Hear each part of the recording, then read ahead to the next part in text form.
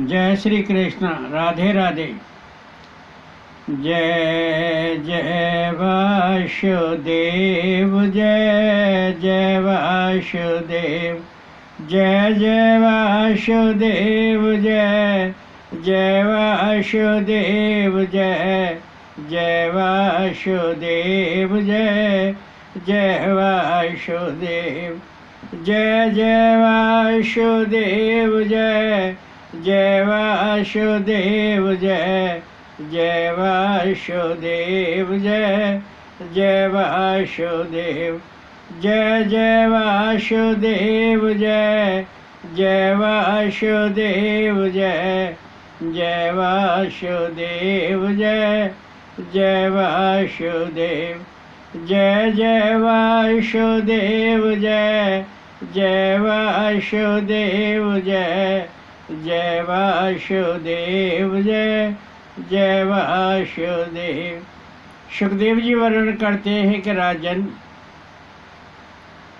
पिछले श्री भागवत कथा प्रवचन में आपने श्रवण किया देवर्ष नारद जी की काम परीक्षा। भगवान ने स्वयं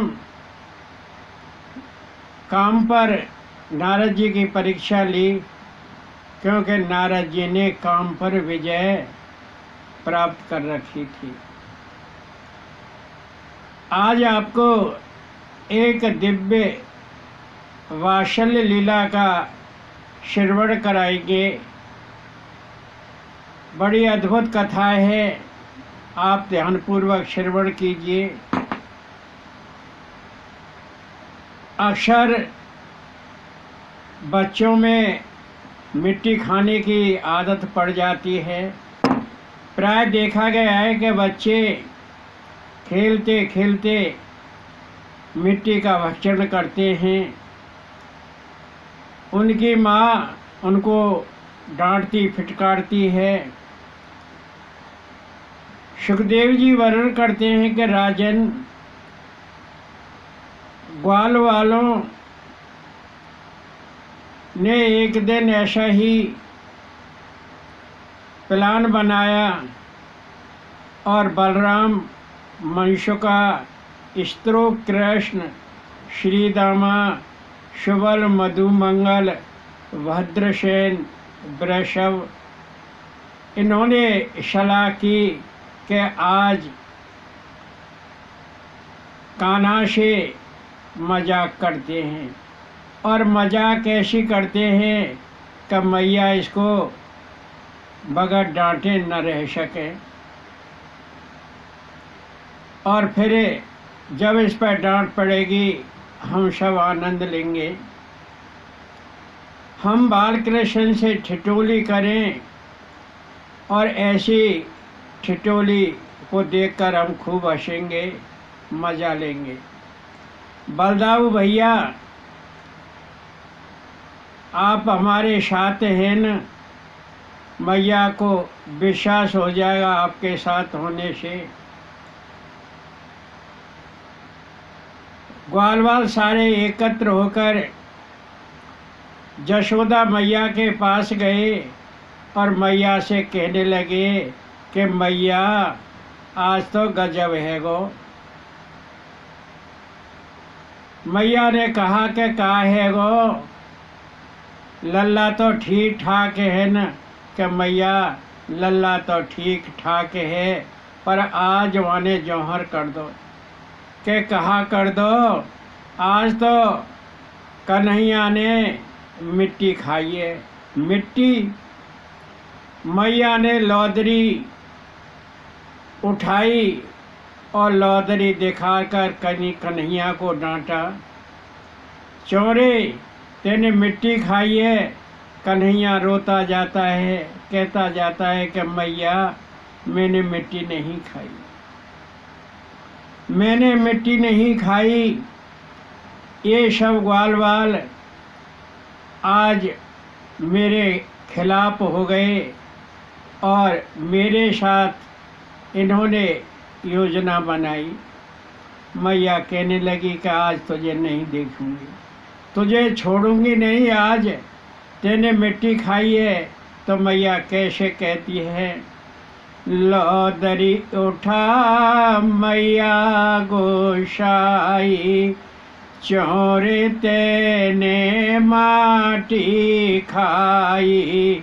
लोदरी उठा मैया गोसाई, चोरे तेने माटी खाई। बता बता तेने माटी खाई, चोरे तेने माटी खाई। लोदरी उठा मैया गोसाई, बता बता तेने माटी खाई, चोरे कन्हैया तेने माटी खाई। लोदरी उठा मैया गोसाई। 9 लाख गैया बंधी हमारी, दूध दही माखन बहुबारी। 9 लाख गैया बंधी हमारी, दूध दही माखन बहुबारी। पहले बेश अब माटी खाई, पहले बेश अब माटी खाई। आज तुझे मैं दूंगी बताई, चोरे तेने माटी खाई। बता बता लल्ला तेने माटी खाई, लोदरी उठा मैया गोसाई, चोरे तेने माटी खाई। कान्हा कहने लगा मैया से, मैया मोरी मैं नहीं माटी खाई, मैया मोरी मैं नहीं माटी खाई। बैर पड़े सब ग्वाला मेरे, बैर पड़े सब ग्वाला मेरे, दाऊ भी उन संग में चेरे। मैया मोरी मैं नए माटी खाई, मेरे बैर पड़े सब ग्वाला, मेरे बैर पड़े सब ग्वाला, दाऊ भी उन संग मत वाला। मैया सुन ले, बैर पड़े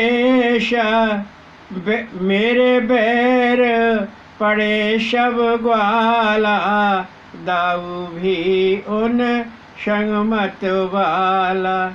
अरे मैया जबरन मुख लिपटाई, के मैया मोरी मैं नाय माटी खाई, के मैया मोरी मैं नाय माटी खाई। चोरे तेने माटी खाई, चोरे कन्हैया तेने माटी खाई। लोदरी उठा मैया गोसाई, चोरे तेने माटी खाई। आज तुझे मैं दूंगी बताई, आज तुझे मैं दूंगी बताई, चोरे तेने माटी खाई। लोदरी उठा मैया गोसाई, मुँह खोल देखा नेक मेरे लाला, मुँह खोल देखा नेक मेरे लाला, खोला मुख विष रूप घाला, खोला मुख विष रूप घाला। चराचर देख मैया चकिताई, चराचर देखे मैया चकेताई, मैया मोरी मैनाए माटी खाई। अरे मैया मोरी मैनाए माटी खाई। ग्वाल परे शव, ग्वाल परे शव, मेरे संग ग्वाला, दाऊ भी उन संग मत वाला। मैया मोरी मैनाए माटी खाई। मैया कहने लगी कि लल्ला ठीक है, तेने माटी नहीं खाई तो तू अपना मुंह खोल कर देखा। ये दाऊ भी तो कह रहा है, वो तो तेरा बड़ा भाई है, वो झूठ नहीं बोलता है। माखन रोटी की हमारे यहाँ कमी नहीं है। 9 लाख गायें नंद भवन में बंधी हुई हैं। पद्म गंधा का दूध मैं तुझे पिलाती हूँ और तेने आज माटी खाई। मैया कहने लगी लल्ला तू अपना मुंह खोल के दिखा, मैं मान जाऊंगी तेने माटी नहीं खाई। सुखदेव जी वर्णन करते हैं कि राजन, बाल कृष्ण ने तुरंत अपना मुंह खोलकर मैया को दिखाया। मैया शिशु के मुंह में विश्व रूप के दर्शन करने लगी। सभी देवगण, 8 सिद्धियां, 9 निधियां, शनकादि आदि सब भगवान की सेवा रत हैं। समस्त चराचर बाल रूप कृष्ण के मुख में मैया ने देखा। मैया देखकर चकित हो गई और देखकर बड़ा चंबा करने लगी कि आज तो मैंने विश्व रूप के दर्शन कर लिए। सुखदेव जी वर्णन करते हैं कि राजन, मैया ने अपने लाल काना को गोद में उठाया और अपनी छाती से लगा लिया। लल्ला मैं मान गई कि तेने माटी नहीं खाई। सुखदेव जी वर्णन करते हैं कि राजन, भगवान की बड़ी विचित्र माया है, बड़ी अजीब माया है। भगवान तो एक बहाना ढूंढते हैं और उसी तरह का वातावरण बन जाता है। विश्वरूप के दर्शन यशोदा मैया कैसे करती? यदि ग्वाल बाल उसके साथ, कन्हैया के साथ उपहास नहीं करते। सुखदेव जी वर्णन करते हैं कि राजा मैया कहने लगी क्या धन्य है, आज मैं धन्य हो गई अपने बाल रूप कनुआ के मुँह में विश्व रूप के दर्शन करके। सुखदेव जी वर्णन करते हैं कि राजन, एक दिन मैया ने प्रातः सोचा कि लल्ला को ताज़ा ताज़ा माखन बिलोकर खिलाऊंगी, और मैया जल्दी उठ गई। मैया दूध बिलोने लगी और कहने लगी कि जब तक लल्ला उठेगा तब तक मैं ताज़ा ताज़ा माखन निकाल लूँगी और अपने प्यारे कनुआ को खिलाऊंगी।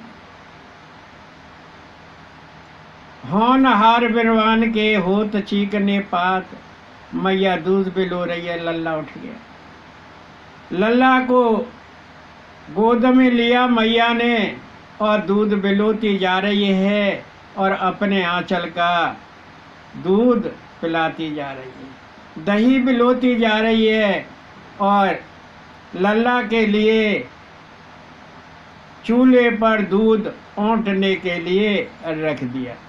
मैया लोरियां गाती जा रही है और हिल हिलकर नौती खींचती जा रही है और उधर दूध उफरने लगा। जो दूध औंटने के लिए रखा था लल्ला को गोद में से फेंका।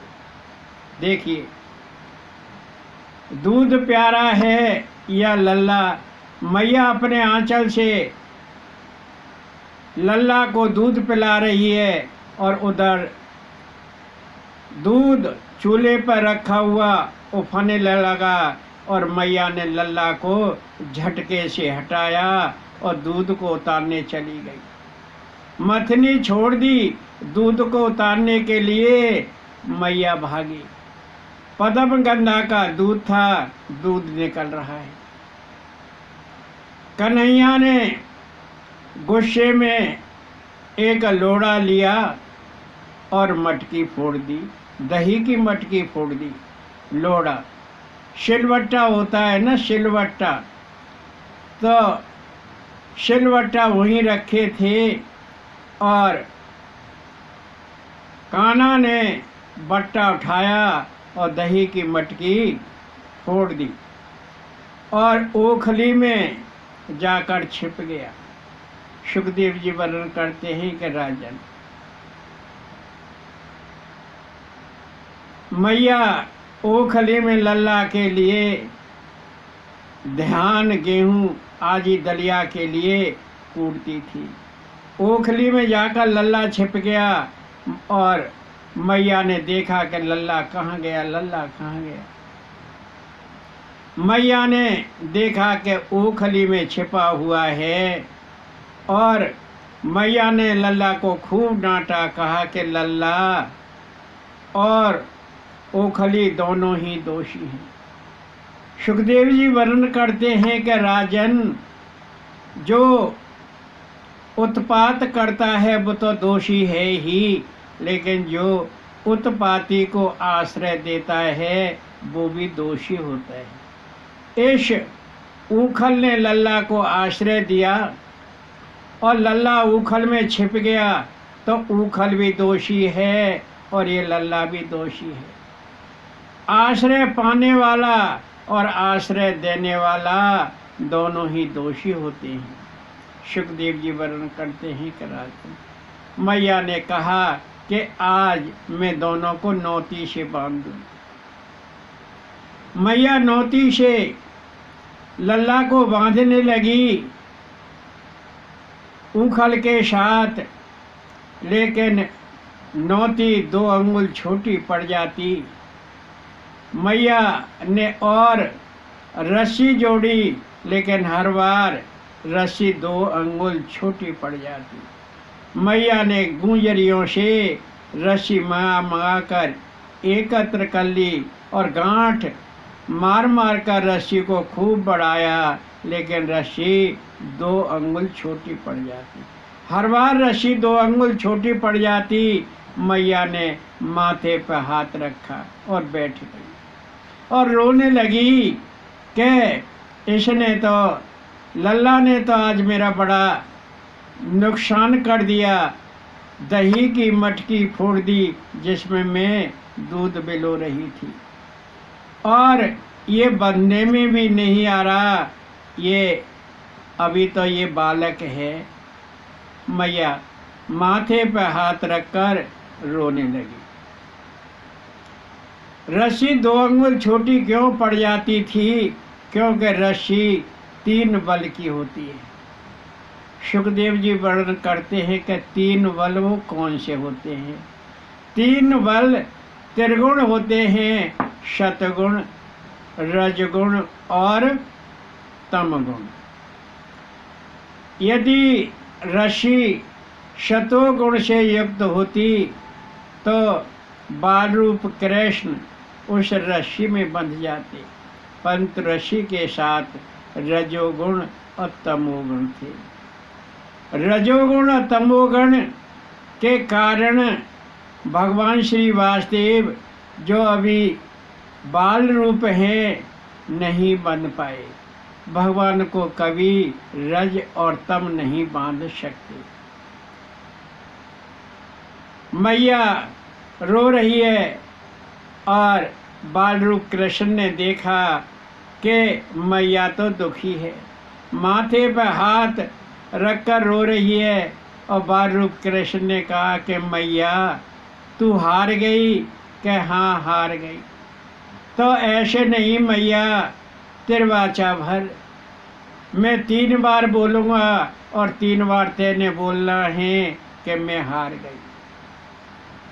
बाल रूप कृष्ण ने कहा कि मैया तू हार गई कि हाँ मैं हार गई, कि तू हार गई हाँ मैं हार गई, कि तू हार गई हाँ मैं हार गई। अच्छा अब बांध। भगवान श्री कृष्ण ने रस्सी के दोनों छोल लिए और माँ से कहा तू मुझे अब बांध, और भगवान स्वयं ऊखल के साथ रस्सी में बंध जाते। रस्सी से शरीर के साथ बंधी ऊखल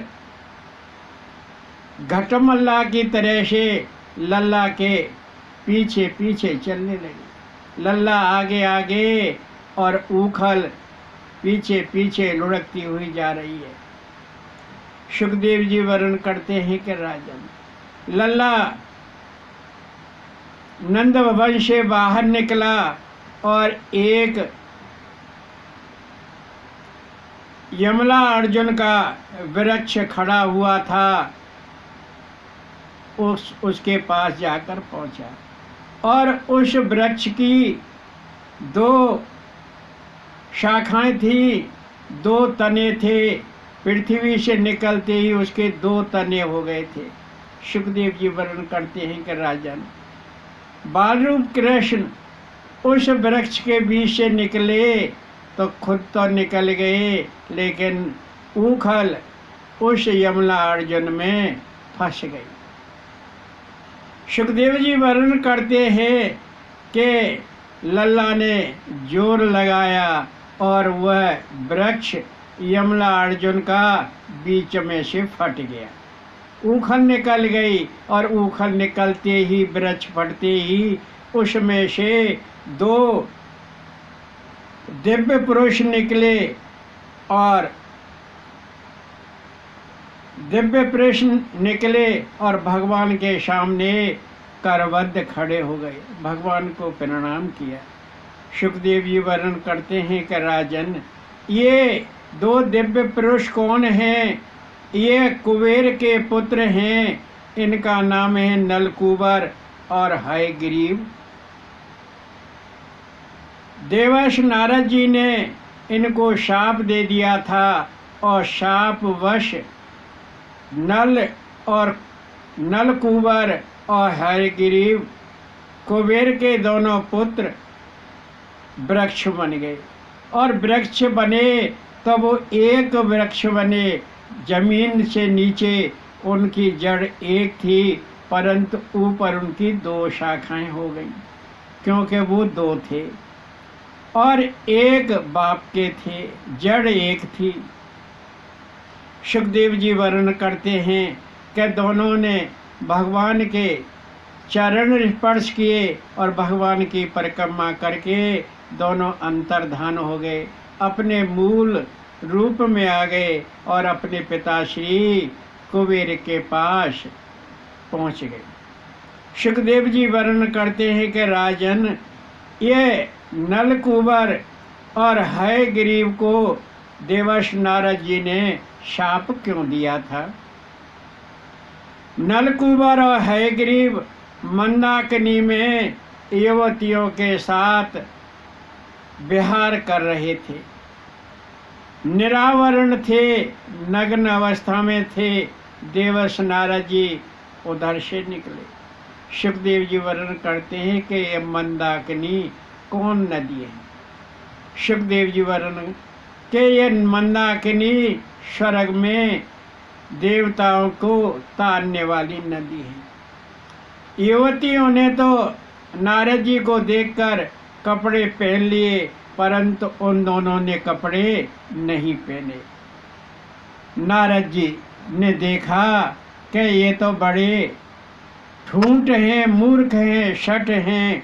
नारद जी ने नलकूबर हयग्रीव को शाप दिया कि तुम दोनों वृक्ष बन जाओ और 100 वर्ष के बाद भगवान श्री कृष्ण के स्पर्श से तुम्हारा उद्धार होगा।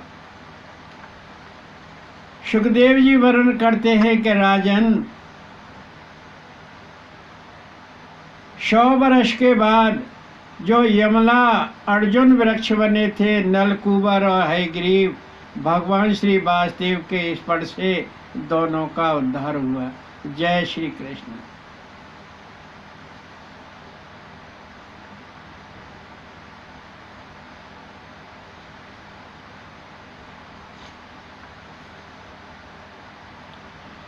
श्री राधे गोपाल श्री राधे, भज मन श्री राधे।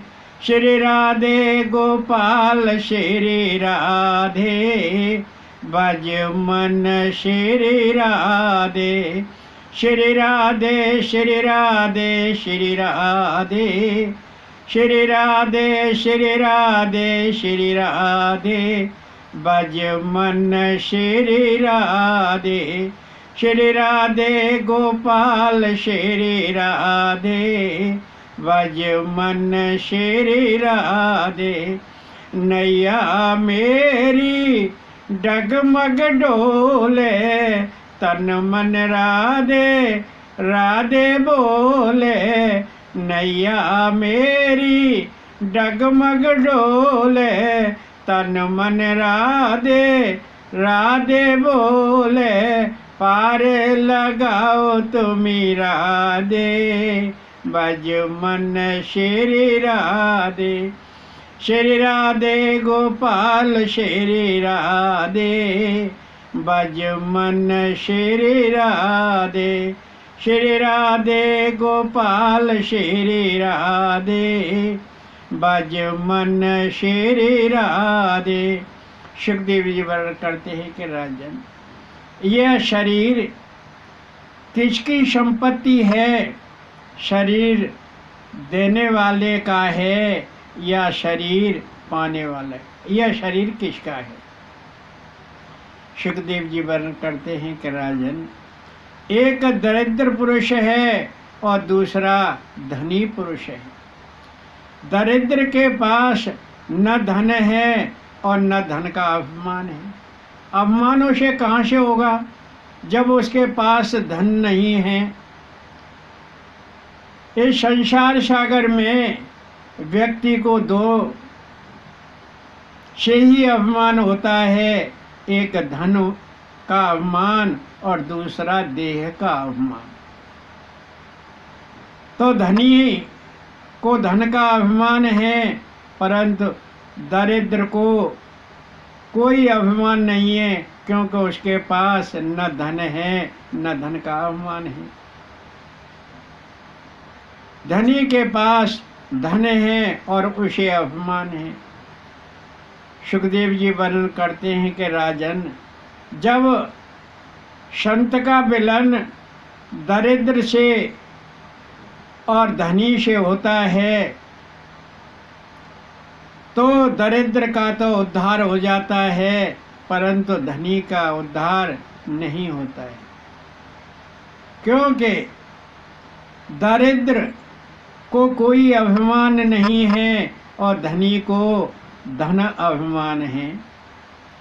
धन अभिमान होने से धनी का उद्धार नहीं होता है और दरिद्र का उद्धार हो जाता है। सुखदेव जी वर्णन करते हैं कि राजन, इस संसार सागर में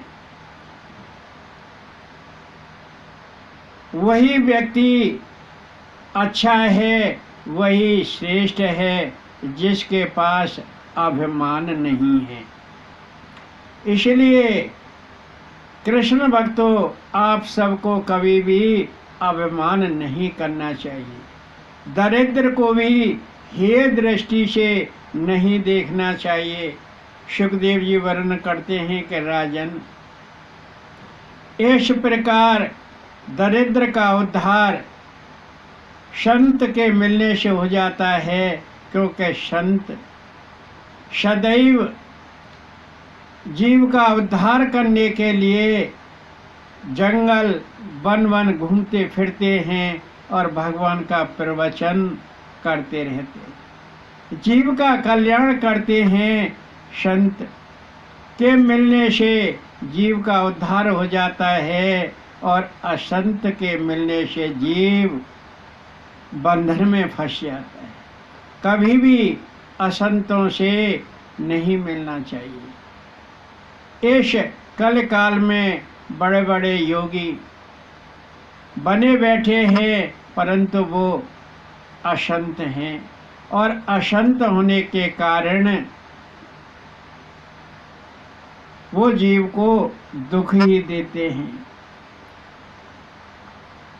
आज भी इस कलिकाल में आप देख रहे हैं कितने संत जो परम गुरु अपने को मानते हैं, सलाखाओं के पीछे बंद पड़े हैं।